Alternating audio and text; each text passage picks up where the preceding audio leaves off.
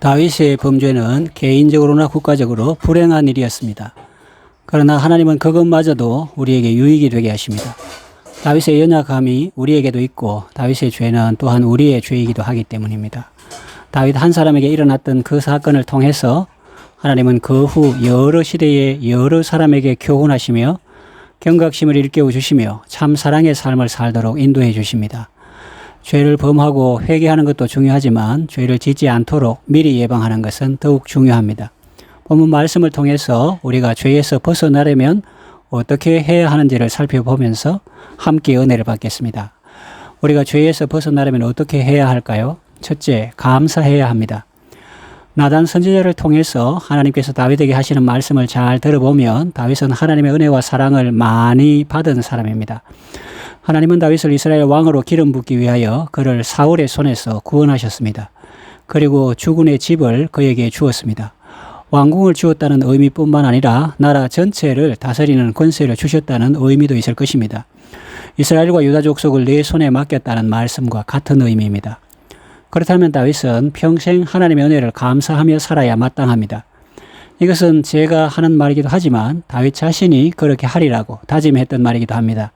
시편 145편 1절에서 2절 보면 왕이신 나의 하나님이여 내가 주를 높이고 영원히 주의 이름을 송축하리이다. 내가 날마다 주를 송축하며 영원히 주의 이름을 송축하리이다. 그럽니다. 실제로 그는 하나님을 찬양하는 삶을 살았습니다. 이스라엘 역대 왕 중에 그만큼 하나님을 찬양한 사람도 없을 것입니다. 시편에는 그의 시와 노래가 많이 나오죠. 그런데 죄지었던 그날은 그에게 감사가 없었던 것 같습니다. 부하 장수들은 전장에 나갔는데 자신은 저녁 무렵에 침상에서 일어나 왕궁 지붕 위를 거닐었습니다. 그래서 그의 행동을 나태하고 좀 교만한 것으로 보는 견해도 있습니다. 그러나 군 통수권자는 전방 일선에서 싸우는 것보다 후방에서 지휘하는 것이 더 효율적이고 또 전날 밤 늦게까지 일하면 다음날 낮에도 잠을 자는 것은 이상한 일이 아니다 라고 말하는 사람도 있습니다. 그리고 옥상에서 거닐다가 이웃 사람이 목욕하는 것을 우연히 본 것을 죄라고 할 수는 없다 라고 말하는 사람도 있습니다. 우연히 본 것은 죄가 아니지만 계속 주시하고 자기 집에 데려온 것은 잘못입니다. 새가 내 머리 위로 날아다니는 것은 내가 어떻게 할 수 없지만 그 새가 내 머리 위에 둥지를 트는 것은 막을 수 있다라는 말이 있습니다. 아무리 왕이라고 해도 사적인 이유로 백성의 아내를 밤에 함부로 오라 가라 할 수는 없습니다. 동침한다는 것은 더욱 불가합니다. 개구리 올챙이 시절 모른다는 말이 있습니다. 다윗은 젊은 시절 쫓기며 살았습니다. 가족은커녕 자기 한 몸 건사하기도 어려운 때가 있었습니다. 왕궁이 무엇입니까? 일반 집에도 거하지 못하고 들이나 숲이나 요새에 머물렀습니다. 절친 요나단에게 나와 사망의 사이는 한 걸음뿐이라고 할 정도였습니다. 그런데 그는 지금 아내와 함께 왕궁에 있습니다. 아내도 한두 명이 아닙니다. 그 외에도 하나님은 그에게 많은 것을 주셨습니다. 그리고 놀라운 것은 만일 그것이 부족하였을 것 같으면 내가 네게 이것저것을 더 주었을 것이라는 말씀입니다. 한마디로 네게 필요한 것을 다 주었다는 말씀입니다. 정말 그는 하나님 안에서 부족함이 없는 사람이었습니다. 그렇다면 그는 감사하며 살아야 마땅하지 않습니까? 그러나 그는 감사하지 못하고 만족하지 못합니다. 이웃의 아내를 탐내었습니다. 나단 선지자의 예화에 나오는 그 부자는 양과 소가 매우 많으면서도 자기 집에 손님이 왔을 때에 자기 집 양을 안 잡고 가난한 사람의 작은 암양 새끼 한 마리 있는 그것을 탐내어서 그것을 빼앗아서 자기 집에 온 사람을 위해서 잡았습니다.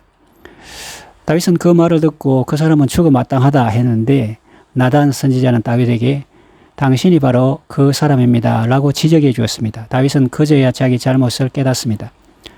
감사는 해독제와 같습니다. 우리 몸과 마음의 병을 치료하는데 탁월한 효과가 있습니다. 감사는 또 항암제와 같습니다. 악한 것을 대항하고 물리치는 데 아주 효과적입니다. 그리고 감사는 또 예방주사와 같습니다. 큰 비용이 생기지 않도록 미리 예방하는 데 효과 만점입니다. 시편 기자는 찬송은 정직한 자의 마땅히 할 바라고 노래합니다. 정직이 무엇입니까? 없는 것은 없다 하고 있는 것은 있다 하고 받은 것은 받았다 하고 내가 죽을 지경에 있었는데 살아났다고 한 것은 그랬다고 그대로 말하는 것입니다. 하나님은 우리를 죽음의 위기에서 여러 번 건져주셨고 우리는 하나님께 많은 은혜를 받았고 지금까지 그 은혜로 살아왔다. 그렇게 말하는 것이 정직한 것입니다. 정직한 자라면 마땅히 하나님께 감사하고 찬송하는 삶을 살 것입니다. 하나님은 나의 목자가 되셔서 내게는 부족함이 없습니다. 만족합니다. 감사합니다. 그럴 때 탐심이 들었을 여지가 없게 되는 것입니다. 둘째로 겸손해야 합니다. 앞의 내용과 상통합니다. 하나님의 사랑과 은혜를 안다면 그 사랑에 만족하며 감사하며 사는 것이 마땅합니다. 그리고 겸손해야 합니다. 하나님께서 나를 죽음의 위기에서 건지시고 이스라엘 왕으로 기름 부어주시고 내 주인의 집을 내게 주시고 이스라엘과 유다 족속을 내게 맡겨주셨습니다. 저에게는 너무 황송하고 과분합니다. 하나님의 지혜로 주님의 백성들을 잘 돌보게 하소서. 그런 마음가짐으로 왕직을 수행해야 합니다. 그런데 범죄할 당시 다윗에게는 그런 모습이 보이지 않습니다. 하나님께서 주시고 또 백성들이 위임한 권력을 사적인 목적으로 남용하고 오용하고 있습니다. 군 최고 통수권자가 맹간인 사찰을 합니다. 사적인 목적으로 그 여인이 누구인지 알아보게 하고 밤에 백성의 아내를 자기에게 오게 하고 그와 동침합니다. 그 죄를 은폐하기 위해 전장에 있는 우리아를 불러 자기 집으로 가게 합니다. 그러나 충성된 우리아는 집에 가지 않습니다. 술을 마시고 취해도 우리아는 결코 집으로 가지 않습니다. 자기 계획이 수포로 돌아가자 다윗은 더 끔찍한 일을 벌입니다. 우리아를 전장에 나가 죽게 합니다. 그 지령을 야전사령관 요압에게 보내는데 우리아의 손에 그 편지를 들려 보냅니다. 충성된 우리아는 그 편지 내용이 자기를 죽이라는 것인 줄도 모르고 왕이 친필 서신을 자신에게 부탁했다는 자부심으로 소중히 보관하고 안전하게 요압에게 전합니다. 요압은 다윗의 명대로 우리아를 죽게 합니다. 바세바는 남편이 전사했다는 소식을 듣고 통곡합니다. 다윗은 애도 기간이 끝난 후에 바세바를 데려와 자기 아내가 되게 합니다. 누가 그에게 이렇게 할 권세를 주었습니까? 아무도 없습니다. 하나님께서 다윗에게 기름 부으시고 이스라엘 왕으로 삼으신 이유는 하나님의 백성을 잘 돌보게 하기 위함이었습니다. 그런데 그는 백성을 잘 돌보기는커녕 오히려 무고한 백성을 괴롭히고 있습니다. 선량한 이웃의 가정을 파괴하고 충성된 신하의 손에 배신의 편지를 들려 사지로 내몰고 그가 아람 사람의 손에 죽게 했습니다. 폭군이 따로 없죠. 마치 자기가 절대자인 것처럼 권력을 휘두르고 있습니다. 교만한 패망의 선봉이라고 했습니다. 그러므로 우리는 겸손해야 하겠습니다. 하나님께서 나를 죽음의 위기에서 건져주시고 필요한 것을 공급해 주시고 귀한 직책을 주시고 귀한 직분을 주시고 귀한 사명을 주신 목적이 무엇인지를 생각해 봐야 합니다. 그리고 하나님의 목적대로 사는 것이 지혜롭고 복된 삶입니다. 여러분은 겸손한 마음으로 하나님의 백성들을 잘 섬김으로 하나님 앞에서 지속적으로 귀하게 쓰임 받으시기 바랍니다. 셋째로 하나님을 경외해야 합니다. 하나님의 자녀라고 노래하던 다윗은 왜 탐욕이라는 폭군의 노예가 되었을까요? 우리는 눈에 보이는 것만으로 생각하고 판단하기 쉽습니다. 다윗은 바세바에게 죄를 지었고 우리아에게 죄를 지었고 그들의 부모에게도 죄를 지었고 백성들에게도 죄를 지었다고 생각합니다. 그런데 보통 사람들은 생각지도 못할 놀라운 말씀이 나단 선지자의 입을 통해 나옵니다. 9절에 보면 그러한데 어찌하여 네가 여호와의 말씀을 업신여기고 나보기에 악을 행하였느냐. 여기 보면 하나님의 말씀을 업신여겼다고 말씀합니다. 10절에 이제 네가 나를 업신여기고 햇사람 우리아의 아내를 빼앗아 네 아내로 삼았은즉 칼이 네 집에서 영원토록 떠나지 아니하리라 하시죠. 여기서는 하나님을 업신여겼다고 말씀합니다. 다윗의 행동은 사람에게 잘못한 것일 뿐 아니라 하나님께 잘못한 것이라는 말씀입니다.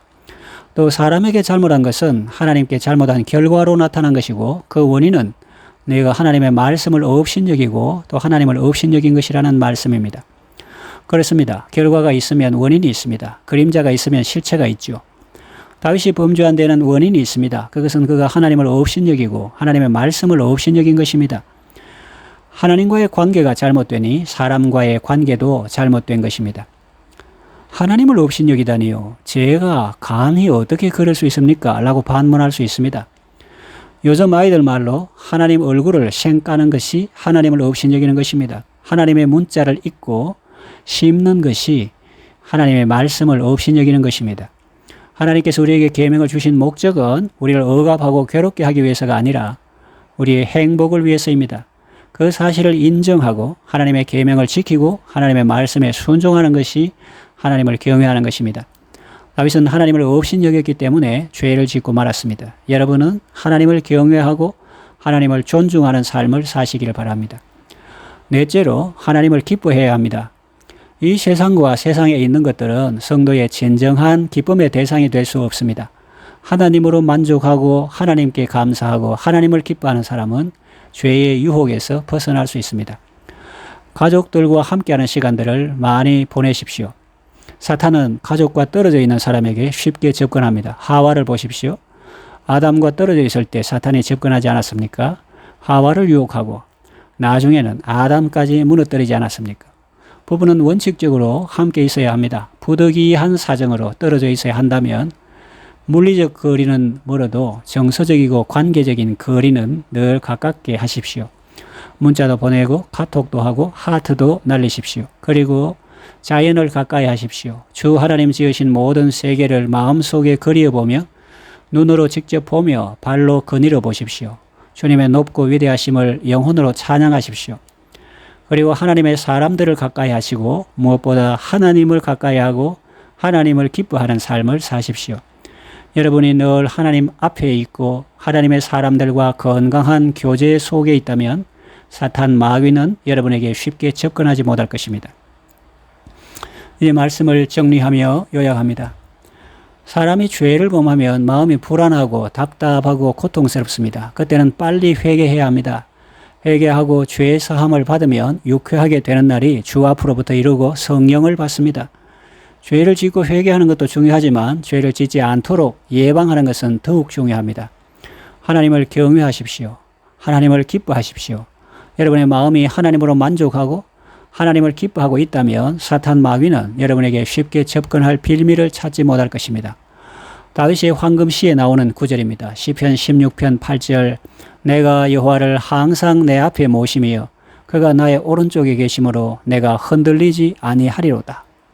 여러분도 이 시인의 노래처럼 날마다 임마누엘의 은총 속에서 건강하고 복된 삶을 사시기를 바랍니다. 기도합니다. 하나님 아버지, 고통과 슬픔 중에서도 주님을 더욱 찬양할 마음을 주셔서 감사합니다. 죄로 인해 여름 가뭄의 마름처럼 마음이 타들어가고 몸이 아플 때 속히 회개할 수 있는 은총과 지혜를 허락하소서. 그리고 평소에 하나님께 감사하며 겸손하게 하소서. 하나님을 경외하고 하나님으로 만족하고 하나님을 기뻐하는 삶을 살게 하소서. 예수님의 이름으로 기도합니다. 아멘.